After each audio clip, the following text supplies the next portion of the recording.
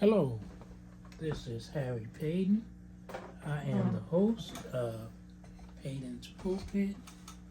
This is season 2, episode 8. Be prepared. That slogan, be prepared, comes from my days as a Boy Scout. Yes, I was a Boy Scout. I was living in the hood, and my mother made us become Boy Scouts. We weren't too happy. You get clowned a lot wearing Boy Scout uniforms, just not tough. But thank goodness she made us go, because the motto, be prepared, is also one that if you're biblically trained, also this one says, be ye also ready. And that is found in Matthew 24th chapter, the 44th verse. So today's episode again is be prepared, biblically, be ye also ready. Matthew 24:44. We just had daylight savings time, and I've done podcasts. You can go to the Paden Pulpit library. I've done a full episode on being prepared for winter. One of the things that is highly recommended is that during daylight savings time, there's one now, and then there's another one that comes in the fall in October, generally October. Smoke detectors and carbon monoxide detectors. It's recommended that you change the batteries, and also, if possible, just change them. Those are two important detectors. The smoke detector in case there's a fire or smoke, and the carbon monoxide detector because carbon monoxide is invisible poison, and it could kill you in an instant if you're not aware, and if you don't have a carbon monoxide detector. Again, go to the Paden Pulpit library on YouTube, and you have to scroll because I've done quite a few episodes, but there is one dedicated to smoke detectors and carbon monoxide detectors. So in being prepared, you have to be prepared. Come on, this is your family's life, your life, even if you live alone. These detectors can save lives. I cringe when I hear of fires where the smoke detector wasn't available or wasn't working. That's insane. So make sure that you take, and if you don't change the smoke detector and carbon monoxide detector, change the batteries at least. Another thing in being prepared. Now, yesterday was this big storm. They were closing schools and late coming, and had everybody fearing for the worst. Like, I believe it was in Florida. I don't know where it was, but somewhere where they usually don't have snow, they had 8 to 10 feet of snow, and it really devastated them because they had never had so much snow. And you should be prepared for stuff. Even if you never had it, you should be prepared for it. This is life. Life is such that you should, as the title says, be prepared. I recommend an in case of emergency bag. I'll go a little bit more into that later. And certainly you should have emergency telephone numbers. You should have the number to the local office where they do check on things like shoveling snow, lights going out, floods. There are local numbers. Check ahead of time to get those numbers, so when the time comes, you're not looking, trying to research them.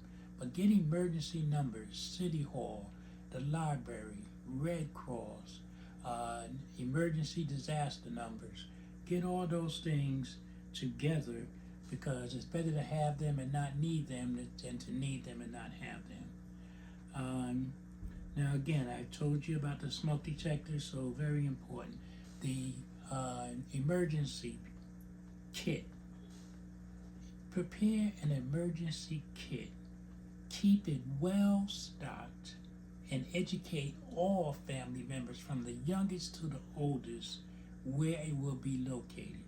It should be located somewhere accessible, because if your lights go out or if there's some kind of flood or something, you want to make sure that thing is very close to the door so you can grab it if you need it. Now, here's some of the things that should be in that emergency kit. Medicines. Many of us take medicines nowadays. Make sure all the medicines are there, because you don't know how many days you may be affected by that emergency. The doctor may be affected by that emergency. Make sure all your medicines are available on the spot, so in case you leave, you can use your medicines. It goes without saying, flashlights. And along with flashlights, extra batteries. The flashlight is a device that doesn't work without batteries. So have the flashlight, but have batteries and extra batteries, not just one set.